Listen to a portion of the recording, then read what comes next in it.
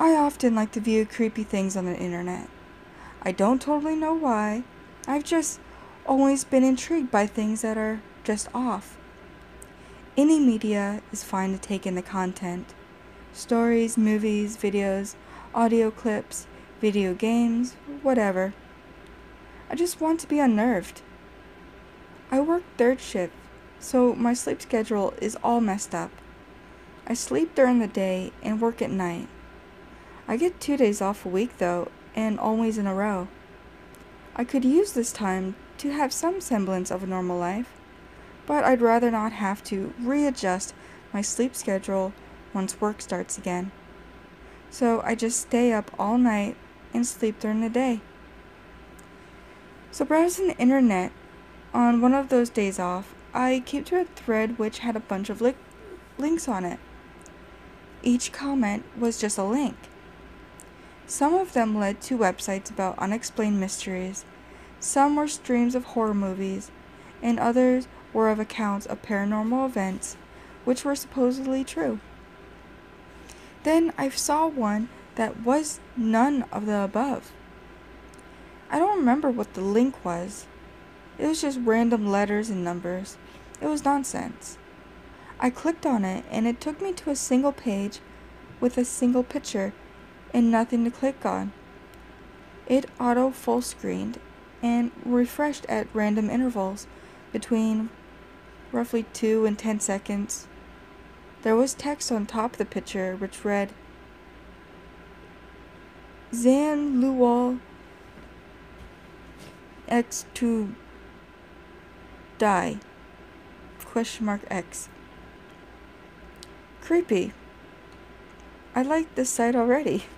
The picture showed a painting on a wall of a nondescript forest scene.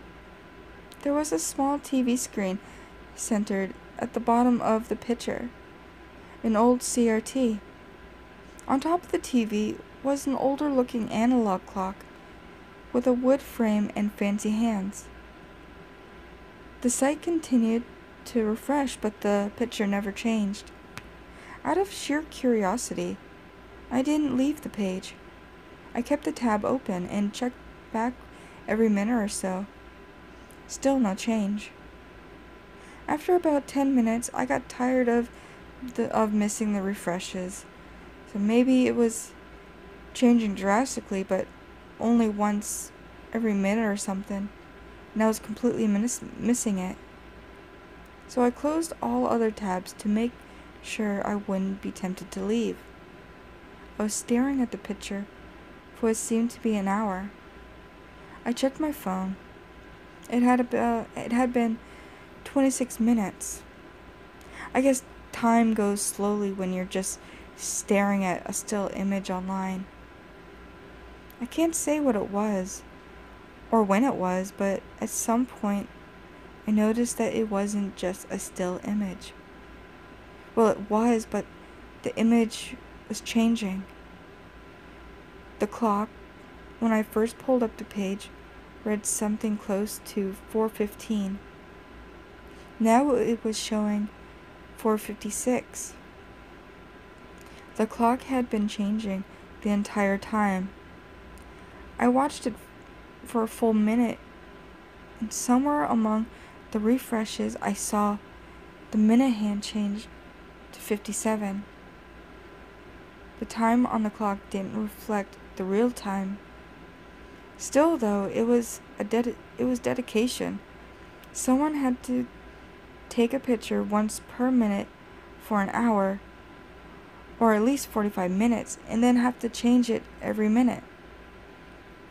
I kept watching it until it showed 5 o'clock. I expected it to shift back to 4, but it just went to 5:01. That's even more impressive. Maybe it went for a full 12 hours. Someone needs a job. Anyway, now I was hooked. I had to see if it had the full range of times. Now that I knew it didn't have to intently stare at the Now that I knew I didn't have to intently stare at the picture anymore, I was able to shift my focus to the text. It definitely seemed strange. I realized quickly that it was code of sorts, and it said X11X1X. I thought about it for a while, but then I realized the colon in the phrase X11:X1X 1219. I guess I had to wait until 1219 to see what was going to happen. What was worth all this work? The next few hours were boring. I'd check it every so often and see no change. Once I thought I saw something in the painting, but I'm pretty sure that was just my imagination and my mind wanting to see something.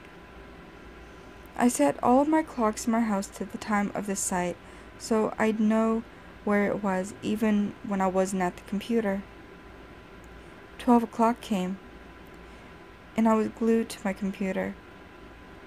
No getting up, no other tabs. I was just staring intently, watching the hands on the clock refresh, minute after minute. 12:18. Refresh, refresh, refresh. I was certain that this minute had actually taken 4 or 5 minutes to transpire. Finally, 12:19. Nothing. No change in the image. No change to the site. That was disappointing. I figured I'd at least get a message on the site or a different picture or something. Maybe that was the prank. Nothing. The guy who made this would lure people in, give them a simple puzzle to solve just to pique their intrigue, and then disappoint them greatly. Bravo, I thought to myself. Brava. I quickly corrected. I left the website and went back to my day. I couldn't get the site out of my head, though. Not even an hour after I'd left. I had convinced myself that I should go back to the site. Control-Shift-T. After all, there are 2 12:19s in the day, aren't there? The clock now said 12:48. I looked over at the clock on my desk, and it also said 12:48. The creator must have kept it synced up with their local time or something. I had a nearly 12-hour wait ahead of me now. I could have just stayed up all night for me, day for most normal people, but I didn't want to drive myself crazy, so I went to sleep. I didn't sleep well, or for very long, but then I rarely do. I checked the clock on the desk, which was still set to the website time, and it said 8:52. Only a little over 3 hours of a wait from here. I checked the site, and still no change in the image. I did things around the house and online to kill the next few hours. As soon as the clock was near 12, though, I was once again seated firmly in front of my computer screen. The next 18 minutes were agonizing. The last minute was even worse. The hands of the clock once again struck 12:19. And once again, nothing happened. I was distraught. I had invested a lot of time into this. The minute wasn't over, though, so I continued to watch. Then I heard her click. Quiet, but still audible. After that, I noticed that the web page wasn't constantly refreshing anymore. The screen on the TV began to brighten. Finally! What I had been waiting for was happening. As the screen on the TV brightened, I was able to make out an image. It was small because the TV screen on my monitor was only 2 inches wide, but I could still clearly see that they were showing woods. Maybe it was the forest in the picture. The camera was bobbing up and down as grass and leaves passed by. It must have been someone filming themselves walking. The camera was kept pointed at the ground for the first minute or so, but then slowly started to point more horizontally. I could see that they were coming up on a yard.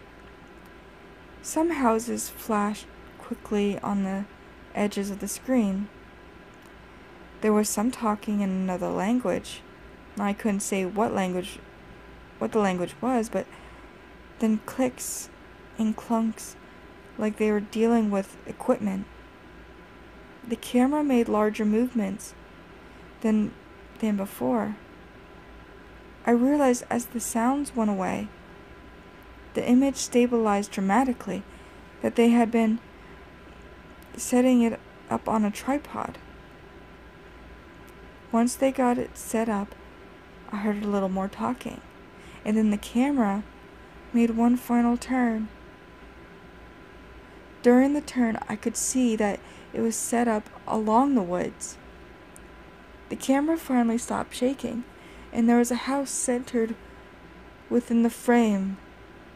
As small as it was, I could tell it was my house. I jumped up from my chair, but kept my eyes fixed on the screen. The men abandoned their camera and walked up to my house. They stood at the door for probably 20 seconds, but it seemed like 5 minutes. I didn't know what to do. I didn't know if there was anything to do. They knocked on the door. I heard it faintly through the speakers, but it wasn't at the door. Not hearing it within my house calmed me down enough to check the door. Nobody was there. Nobody was in the yard, but I couldn't make anything out past a couple 100 feet. It was dark out, and the moon wasn't very bright. I closed and locked the door and ran back to the computer. The screen was still displaying these 2 men standing at the door. They knocked again, but this time harder. I watched the door open. A man answered it. I couldn't make him out. I was half expecting it to be me. I was relieved, though, to see that it wasn't. I have brown hair. The man on the screen had red hair. One of the men gestures something to him, and the red-haired man begins to close the door. At this point, the other man shoves the door open again, pulls a gun from his belt, and shoots the man in the head. I felt my face go pale and my jaw fell open. My vision started to go black, but I forced myself to keep my composure. The 2 men ran from the door and toward the camera and a small TV screen on my monitor, and in the blur of the motion, I could still see that both men were smiling widely. They grabbed the camera, not bothering to take it off the tripod, and ran into the woods again. The camera swiveled on the tripod and showed one of the man's faces, but quite blurrily. He looked at the camera, reached over toward it with his other hand, and the screen of the TV went blank. The page refreshed again, but only once, and the clock still read 12:19. I exited out of the browser and even shut down my computer. I ran to the door, one last time to see if I could see anything. Once again, there was nobody there. To this day, I have no clue what actually took place. I haven't had the nerve to revisit that website or ask anybody what happened to the people who lived here before I did. I'm not sure if I ever will. This was written by Jacob Beach. If you like this creepypasta, then please consider purchasing his book on Amazon. The Nameless by Jacob Beach. Available in paperback and Kindle. I'll put the links in the description below.